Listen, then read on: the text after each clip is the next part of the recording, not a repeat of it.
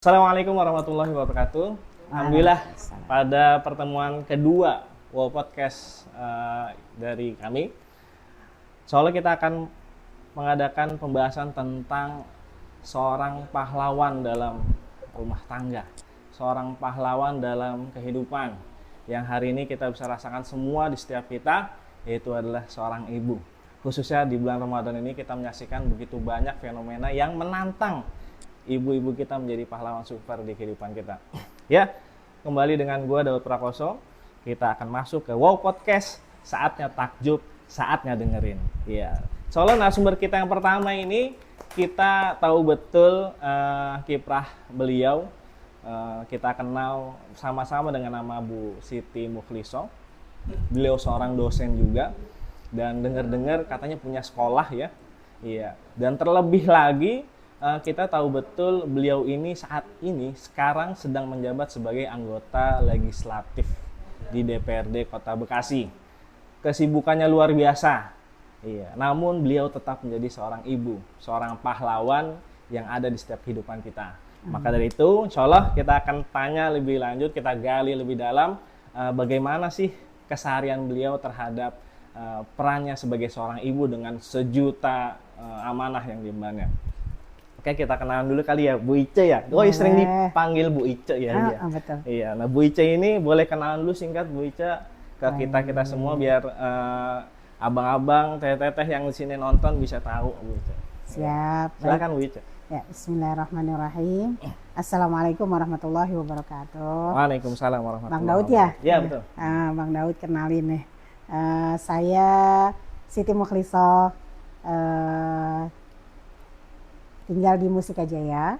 Terus kemudian suami Bapak Abdullah Zain, sebelumnya sekolah ya, guru juga, beliau aktivitas sebagai guru, tapi sekarang sudah bersama saya menjadi satu tim lah ya, insya Allah.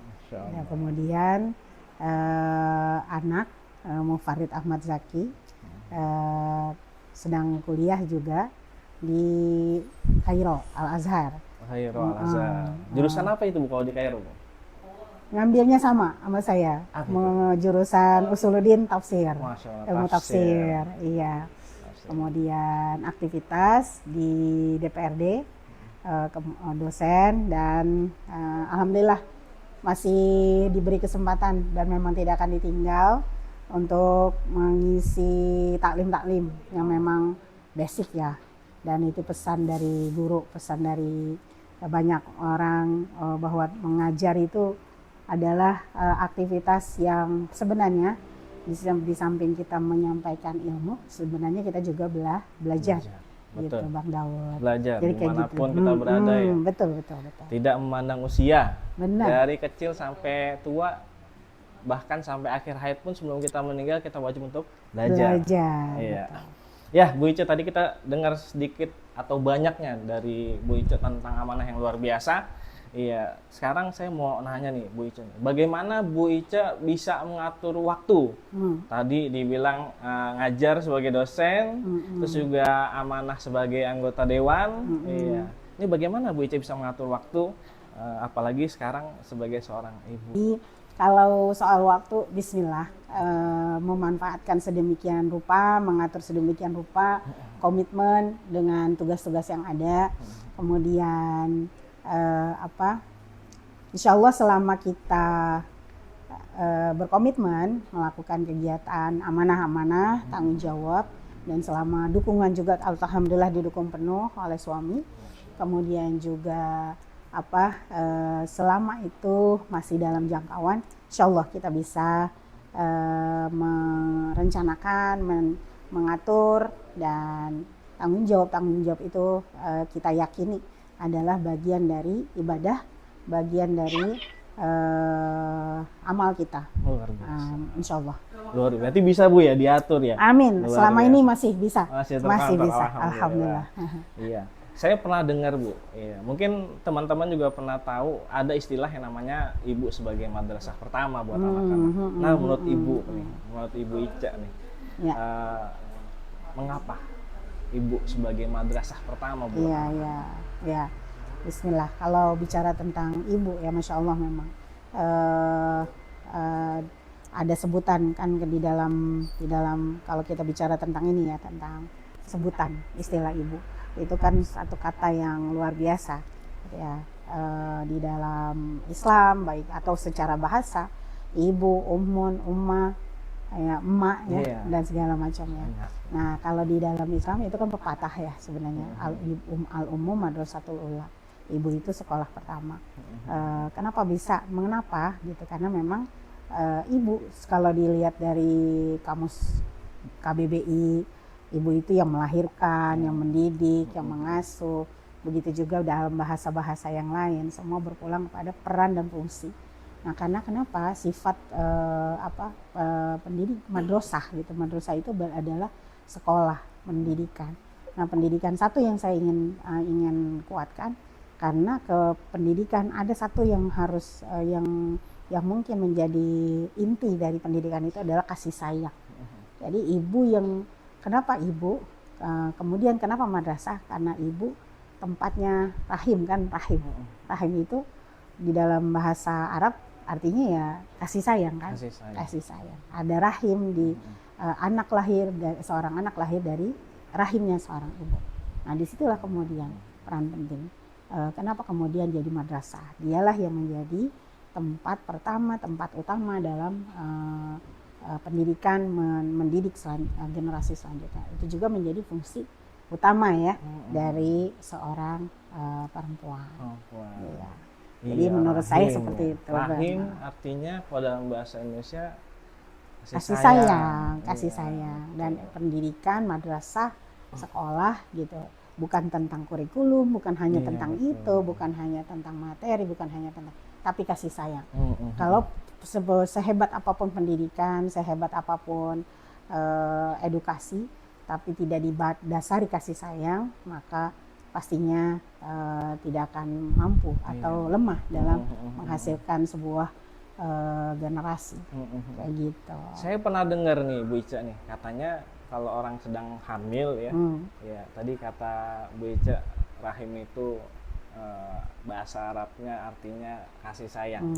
Iya, berarti di dalam rahim itu ketika ibu sedang hamil mengandung, katanya sejak saat itu bisa diberikan pendidikan ya Bu Ica. Apa betul, benar? Betul banget. Bagaimana caranya Bu Ica? Kalau sebenarnya kalau bahasa kita misalnya bahasa Islamnya tarbiyah gitu. Tarbiyah itu bukan hanya sejak anak-anak kita lahir gitu ya. Tapi justru sebelum lahir pun mereka sudah dipersiapkan. Ada banyak hadis ya kan, banyak hadis Rasulullah SAW misalnya tunkahul mar'ah bi arba.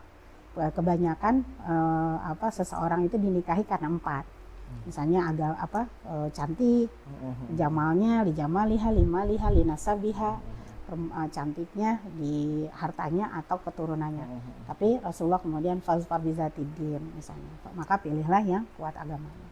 Itu kan berarti proses pendidikan sebelum melahirkan, bahkan sebelum menikah. Gitu. Terus juga ada lagi jauh lebih dari itu, memilihkan bukan hanya dari sisi kalau bahasa saya softwarenya calon ibu, tapi juga hardwarenya gitu, hardwarenya si ibu nih gitu. Ada hadis yang lain gitu, hadisnya takhayyaru, pilihlah linutfakum, pilihlah nutfah untuk tempat-tempat nutfahmu, sperma yang nanti jadi calon generasi itu. Yang sekufu, yang sebanding denganmu misalnya. Ya misalnya dari sisi karakter, kebersihan, juga dari sisi sekufu agamanya, sekufu ilmunya, sekufu terutama agama dan akhlak. Kayak gitu. Hardware-nya otomatis juga ya baik, sehat gitu ya. Hardware-nya misalnya. Jadi akhirnya memang dari wadah yang ditemui kan Rasulullah juga bilang janganlah memberikan tempat atau berikanlah nutfah wadah-wadah yang baik supaya dia juga tumbuh di tempat yang baik juga. kayak Biasa. gitu. Bisa, Makanya pendidikan gitu. Dari Betul. sebelum dari mau milih ya, dari benar, mau milih. kalau benar, mau. benar. Tapi kalau udah terlanjur gimana nih Bu Ica? misalkan kan kita ya, wah cakep nih gitu, Nah, diincer. berarti Sampai harganya dapet. bagus tuh. Sampai dapat nih, Dapet. udah nikah. Mm-mm. Cuman dia nggak ngeliatin tuh bagaimana kondisi ya, Ya, mungkin ya, agamanya ya. atau hardware-nya tadi. Ya, ya. Tapi udah terlanjur begitu Bu Ica. Masya Allah. Gimana caranya supaya kita bisa ya meluruskan Ya, kembali ya. apa yang menjadi tujuan kita hidup di dunia ini. Betul. Jangan sampai ayat tentang at-thayyibat li thayyibin Iya. wa thayyibun li thayyibat. Lewat. Itu jadi dalil ya. Gitu ya. Tapi Iya. semua adalah proses ya. Kita harus pahami itu bahwa semua proses. At-thayyibat tentu saja yang dimaksud di ayat itu wanita yang baik untuk laki-laki yang baik. Laki-laki yang baik untuk perempuan yang baik atau wanita yang baik. Semuanya adalah proses, tinggal nanti karena di dalam kalau saya nih meyakini memahami ayat itu adalah manusia pada hakikatnya adalah proses untuk menjadi, bukan instan, bukan sesuatu yang ibaratnya kita terima hal itu sebagai sesuatu produk yang sudah berhasil gitu. Tetapi justru perjalanan kehidupan kita diajarkan dengan berbagai bentuk sarana di dalam agama kita juga gitu, syariat dan segala macam. Itulah proses dalam rangka kita memperbaiki diri menjadi orang yang baik. Kemudian apapun yang yang kita dapatkan adalah atas izin Allah gitu ya. Kalau bicara tentang poin-poinnya mungkin banyak, tetapi yang saya ingin sampaikan adalah bagaimana ketika kita menjadi orang-orang yang kemudian menghadapi ini. Kalau saya sih ketika saya menyampaikan itu ada rukun iman yang kelima, ya betul, percaya pada keenam ya, qadar baiknya Allah. Nah, semua yang ada pada diri kita, yang datang pada kita adalah pasti salah satunya adalah sudah ketetapan Allah Subhanahu Wa Taala. Bagaimana kita kemudian menjalani itu dengan baik, termasuk persoalan dengan di dalam kehidupan rumah tangga, ibu menjadi ibu yang baik gitu ya. Saya sebagai perempuan harus menjadi ibu yang baik. Bagaimana kemudian hal-hal yang lalu adalah sesuatu menjadi modal untuk menjadi kebaikan yang lain lagi di masa-masa yang akan datang. Betul. Begitu. Artinya kalau udah terlanjur, kemudian dia menikmati atau ada melihat tausiah, Ya, masih ada kesempatan untuk melakukan perbaikan. Pastinya. Tentu ada prosesnya. Betul. Dan nikmati proses itu ya. Nah, itu Ya, dia. Siap. Nah, kembali ke peran seorang ibu Bu Ica. Kan kita tahu betul ya, era digital ini udah nggak bisa dibendung. Iya, informasi semua masuk dan bahkan bisa dikatakan bisa jadi anak kita lebih cepat mendapatkan informasi daripada kita kan? Ya, benar. Ya, walaupun termasuk Bang Daud. termasuk saya, karena anak saya udah tahu info ini gitu, padahal masih SD gitu kan. Nah, gimana tantangan terbesar kita ini terhadap hal itu? Bagaimana cara kita untuk bisa menangani itu? Ya. Kalau tantangan dalam mendidik anak ya, bagi saya nih, persepsi saya, bisa jadi tantangannya ada berbagai macam sebenarnya. Digital itu kan digitalisasi, semua terbuka informasi. Betul. Teknologi juga banyak manfaatnya memang dari sisi efisiensi, waktu dan lain-lain. Tapi memang persoalannya yang paling ada 4 yang krusial tantangannya, misalnya ya komunikasi, persoalan komunikasi, kemudian juga persoalan ketergantungan teknologi, kemudian juga persoalan mungkin ada cybercrime-nya gitu ya, atau hal-hal yang memang efek-efek negatif yang ditimbulkan. Dan yang menjadi kalau menurut saya tantangan terbesar bagi dalam mendidik anak di era sekarang ini, mendidik generasi di era sekarang, itu masalah komunikasi yang paling besar. Justru komunikasi karena dari komunikasi itu lahir persepsi kan. Sedangkan di digital itu banyak sekali informasi, terbuka sekali informasi, dan dengan berbagai bentuk paradigma, persepsi dan segala macam. Yang akhirnya ketika kita tidak pandu, kita juga tidak punya kekuatan persepsi dari orang tua gitu ya. Persepsi, paradigma, nilai yang dipegang otomatis juga akan mempengaruhi komunikasi. Iya, betul. Nah, gitu. Jadi kalau misalnya komunikasi atau komunikasi yang dibangun di digital itu juga mempengaruhi persepsi. Kan timbal balik seperti itu. Nah, justru kalau bicara tentang teknologi informasi itu ya memang nggak bisa dihindari ya. memang dan dibutuhkan bahkan. Iya betul. Dibutuhkan. Kreativitas terbangun dari sana. Tetapi ketika mulai merambah kepada paradigma, nilai, nah itu yang menjadi tantangan terbesar. Betul. Ketika di keluarga sendiri tidak punya nilai yang kuat, tidak terbangun nilai yang kuat, persepsi yang kuat terhadap sebuah kebenaran kah. Akhirnya yang terjadi adalah persepsi anak, paradigma anak berbeda dengan paradigma orang tua. Apalagi kalau misalnya bicaranya tentang kesenjangan generasi ya. Pendekatan cara berpikirnya, pendekatan cara pengetahuannya dan lain-lain. Saya sering tuh ditanya sama anak-anak saya sama Supari, diskusi kita. Gitu. Ya salah satu ya misalnya tentang persoalan-persoalan yang sekarang. Misalnya tentang situasi yang sekarang di Indonesia. Kalau paradigmanya berbeda nih ya, paradigma orang tua dengan anak muda, udah nggak ketemu. Atau paling nggak yang sederhana. Kadang-kadang suka diprotes juga misalnya, itu kan masa Umi, bukan masa aku, gitu kan. Betul, itu yang kemudian kata kunci yang harus selalu dipahami oleh kita orang tua agar bisa berkomunikasi dengan anak-anak kita. Salah satunya adalah tadi memahami mereka, kemudian bagaimana nilai-nilai yang kita ingin sampaikan, gitu, yang kita tanamkan kepada mereka dipahami oleh mereka dengan komunikasi yang juga sama dengan cara mereka. Kayak gitu. Betul. Artinya komunikasi ini justru menjadi solusi terhadap perkembangan era digital. Betul banget. Gitu. Iya sih. Kadang ketika anak nonton atau melihat informasi, dia tidak tahu berita itu benar atau begitu ya. Jadi ketika nggak ada komunikasi itu, ya dia terbawa arus. Betul. Yang bahaya di situ. Bahaya. Oh iya. Makanya peran orang tua adalah memperkuat komunikasi antara anak dan orang tua. Ya. Baik, luar biasa ini. Iya. Kemudian lanjut ke episode berikutnya tentang perspektif religi dan budaya. Bagaimana perspektif Bu Ice terhadap religi dan budaya? Tentang menurut Bu Ice, bagaimana ajaran agama memandang peran ibu dalam keluarga? Peran agama sudah dipastikan lah ya. Peran ibu di dalam perspektif agama khususnya Islam, bahkan bukan seluruh agama ya, Buddha, Hindu kita tahu banget mungkin dari film-film India bagaimana malah mereka cenderung justru ibulah menjadi salah satu matriarkisnya kuat. Kemudian kalau Buddha juga demikian.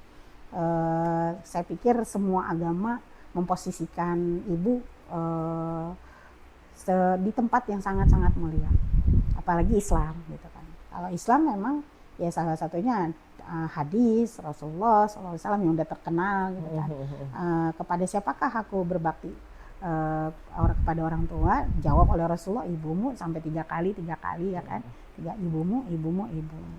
Nah kalau bicara tentang agama itu yang pertama. Yang kedua tentu saja walau ada hadis-hadis yang memang masih polemik, kayak misalnya al-jannatu tahta aqdamil ummahat, itu hadisnya dhaif tuh.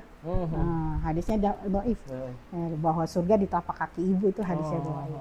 Jadi kita tetapi untuk mengutamakan atau untuk memberikan semacam motivasi bagi masyarakat untuk memuliakan ibu, di mana sekarang fenomenanya kayaknya semakin ada banyak hal ya. Kita lihat di media-media itu anak yang sudah berani ya melawan ibunya, melakukan kekerasan terhadap ibunya dan seterusnya.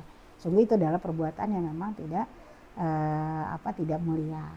Nah, artinya memang di agama kita seorang ibu adalah orang yang wajib dihormati, kemudian dimuliakan, dan bahkan dalam kategori bukan hanya urusan secara teologinya, secara akidah, secara fikih juga ada, misalnya dari sisi keutamaan untuk mendapatkan perlindungan ya.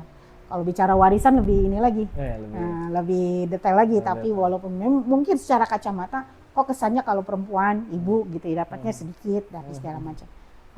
Tapi sebenarnya tema warisan itu makosibnya, kalau bicara makosib syariahnya, kenapa laki-laki lebih besar daripada perempuan? Karena makosib syariahnya berjalannya adalah hifzun, supaya terjaga nih terjaga amwalnya, amwal atau harta. Hifzuddin, kan ada hifzuddin, hifzul akal, hifzul nasl, hifzul mal ya. Nah, itu salah satunya adalah terpeliharanya harta-harta dengan baik. Nah, salah satu tanggung jawab ahli waris sebenarnya yang laki-laki kenapa lebih besar, karena dia memiliki double tanggung jawab, bukan hanya untuk dirinya tetapi juga untuk saudara-saudara perempuan. Gitu, saudara-saudara perempuannya. Kalau perempuan kan ada kaidahnya, bukan, walaupun ini kaidah yang bisa kaidah yang memang ibaratnya bisa dikuatkan gitu ya. Harta perempuan, harta seorang istri untuk istrinya, untuk dia. Tapi harta untuk laki-laki menjadi memilikan istrinya. Walaupun ini banyak ininya ya, banyak penjelasan gitu ya. Tapi intinya adalah di mana di dalam Islam perempuan sangat dilindungi. Seorang ibu juga, dan disitulah salah satunya di mana ibu menjadi orang yang juga dilindungi dan dimuliakan di dalam Islam. Itu salah satu contoh di dalam agama. Belum yang lain-lainnya tentang akhlak, tentang adab. Gitu. Seperti itu, Bang. Oke. Lanjut ya, Bu Ica. Menurut Bu Ica nih, seberapa pengaruh atau seberapa besar pengaruhnya doa seorang ibu terhadap anak-anaknya? Masya Allah, kalau doa ini luar biasa ya. Kalau dengar Malin Kundang kan, itu kan doa juga ya. Iya. Jadi ya betul. Memang kalau doa yang mustajab ya. Doa mustajab itu memang salah satunya adalah doa, kalau kita mau pakai hadis gitu ya. Salah satu dari hadis yang waladun sholihun yan'ulah. In idza mata ibnu adama in qata amaluhu illa min salasin. Shadaqatin jariyatin aw ilmin yuntafa'u bihi aw waladun sholihun yan'ulah. 3 amalan yang di setiap banyak amalan Adam terputus kecuali 3 ketika dia meninggal. Nah, salah satunya adalah doa anak yang soleh. Ini menjadi dalil bahwa doa anak dan orang tua tidak akan pernah terputus. Yang kedua, selalu dikabulkan oleh Allah. Luar biasa. Kemudian yang juga doa orang tua kepada anak gitu ya, doanya ibu misalnya, doanya ibu itu kepada anak adalah doa yang didengarkan oleh Allah, dikabulkan oleh Allah Subhanahu wa taala, karena kasih sayang seorang ibu diibaratkan kasih sayang seorang ibu lebih kepada anak. Kasih sayangnya Allah lebih besar lagi daripada seorang ibu kepada anak. Maka saya meyakini bahwa doa orang tua memang adalah sesuatu yang sangat-sangat berharga bagi seorang anak. Dan doa, kalau misalnya mitos-mitos atau mungkin nilai Malin Kundang segala macam, itu mungkin pembuktian betapa doa orang tua seorang ibu betul-betul didengar oleh Allah Subhanahu wa taala. Maka lisannya seorang ibu harus betul-betul dijaga juga bagi seorang ibu. Jangan sampai lisannya mendoakan justru yang negatif terhadap anak. Karena emosi dan inilah kekuatan mental, kekuatan rohiyah seorang ibu, yang ketenangan, kesabaran dalam hal apapun, di dalam rumahnya, di dalam mendidik anak-anaknya, sangat-sangat dibutuhkan. Sehingga banyak kisah-kisah kayak siapa? Syekh Utsaimin atau Syekh Sudais ya yang cerita waktu Sudais ya, yang waktu kecilnya bandel, nakal, namanya seorang laki-laki, anak laki-laki, dipanggilnya oleh ibunya bukan lagi anak nakal gitu, atau sebutan dan segala macam, tapi dipanggil wahai Imam Haramain gitu. Imam Haramain, jadilah ternyata akhirnya jadi seorang Imam Haramain. Itu yang juga menginspirasi saya ketika kita di dalam proses pendidikan, kita menjaga lisan kita, memanggil anak-anak kita dengan sebutan-sebutan yang baik, hatta dalam kondisi kita lagi emosi, lagi marah, lagi kesel, panggilan-panggilan yang positif kepada anak-anak kita. Nah, itu tentu saja butuh butuh sabaran ya, ketenangan dan kekuatan kita untuk seorang ibu, kekuatan ibu untuk memvisualkan anaknya harus jadi sesuatu yang bermanfaat, yang diridhoi Allah SWT. Luar biasa. Iya, ini pesan juga buat kita, buat lulus semua yang mungkin masih punya orang tua. Iya, jadi kalau masih ada orang tua, jangan buat hatinya kesel. Nanti kalau kesel keucap lu jadi kucing, susah ntar makan enaknya. Ntar garong mana. Nah, jadi kesimpulannya bikin orang tua seneng lah, mumpung masih ada. Iya, bikin orang tua kita bahagia. Amin. Yang udah nggak ada gimana Bu Ica? Kalau udah nggak ada nih orang tuanya gimana Bu Ica? Kalau yang sudah tidak ada banyak banget ya. Iya. Yang bisa kita lakukan bukan berarti tidak ada. Tentu saja mendoakan, kemudian menyambung silaturahim sebagaimana yang diajarkan Rasulullah ya. Mendoakan, meminta ampun untuknya, menyambung silaturahim dengan orang-orang yang dicintai oleh orang tua kita, bahkan bersedekah atau beramal soleh yang diniatkan untuk orang tua kita. Ya, Bisa misalnya, begitu ya? Bisa insya betul. Allah. Jadi buat teman-teman yang mohon maaf ya udah nggak punya bapak mama ya bisa tuh kita niatkan beramal atas nama orang tua yang sudah ada. Amin. Ya mungkin itu terakhir dari ya, pertanyaan kita ya Bu Ica ya. Ya. Dan alhamdulillah kita sudah masuk pada sesi penutup ya. Baik. Menurut Bu Ica, sesuatu apa yang wow di Bekasi Bu Ica? Wow di Bekasi. Perempuannya. Kenapa perempuan Bu Ica? Karena perempuan di Bekasi alhamdulillah masih mempertahankan nilai-nilai budaya kita gitu ya. Mereka masih kuat mempertahankan nilai-nilai budaya sebagai perempuan, mendidik, mempertahankan, menjaga keluarganya. Buktinya Masya Allah emak-emak Bekasi aktivitasnya luar biasa. Walaupun misalnya ya tadi ternak ya antar anak-anak ke sekolah, mereka dengan kesibukan yang luar biasa. Itu yang pertama yang saya soroti. Juga pekerja juga, banyak pekerja perempuan di Bekasi. Kemudian mereka tidak lupa juga tetap melayani keluarganya dengan baik kalau secara rata-rata. Dan Masya Allah walau mungkin ini yang menjadi perhatian concern saya juga sebagai anggota dewan, saya tetap berusaha menjaga ini walau tingkat kekerasan di Kota Bekasi relatif gitu ya, ada gitu, tapi dibandingkan wilayah yang lainnya masih relatif kecil. Dan ini mudah-mudahan tetap terpelihara, terpelihara. Tidak sampai dengan kasus-kasus yang besar. Misalnya kalau kemarin ketemu dengan teman-teman di DP3A Kota Bekasi, itu rata-rata kasus kekerasan yang terjadi di Kota Bekasi itu adalah berada di sekitar wilayah domestik, lingkungan sekitar mereka yang terjadi, ya suami, ya keluarga gitu maksudnya. Tidak sampai berpikir pada kejahatan trafficking, gitu ya, trafficking, kemudian kejahatan atau kekerasan di dunia kerja dan lain-lain. Semoga ini juga tidak terjadi. Dan kita perkuat insya Allah peraturan-peraturan ini dan kita awasi agar peraturan-peraturan tentang kalau kita di Kota Bekasi ini kan lagi menguatkan anti kekerasan perempuan dan anak, kita perkuat agar perda-perda ini bisa diterapkan di perjalanannya, kita awasi dengan maksimal agar tidak terjadi lagi atau meminimalisir terus kekerasan-kekerasan yang terjadi di Kota Bekasi terhadap perempuan dan anak. Alhamdulillah, luar biasa. Kita sudah mendengar banyak masukan dan insight dari Bu Ica. Dan semoga ini menjadi masukan buat kita dan refleksi kita untuk melakukan perbaikan terhadap diri kita dan keluarga kita. Amin. Amin. Amin. Oke, itu dari gua.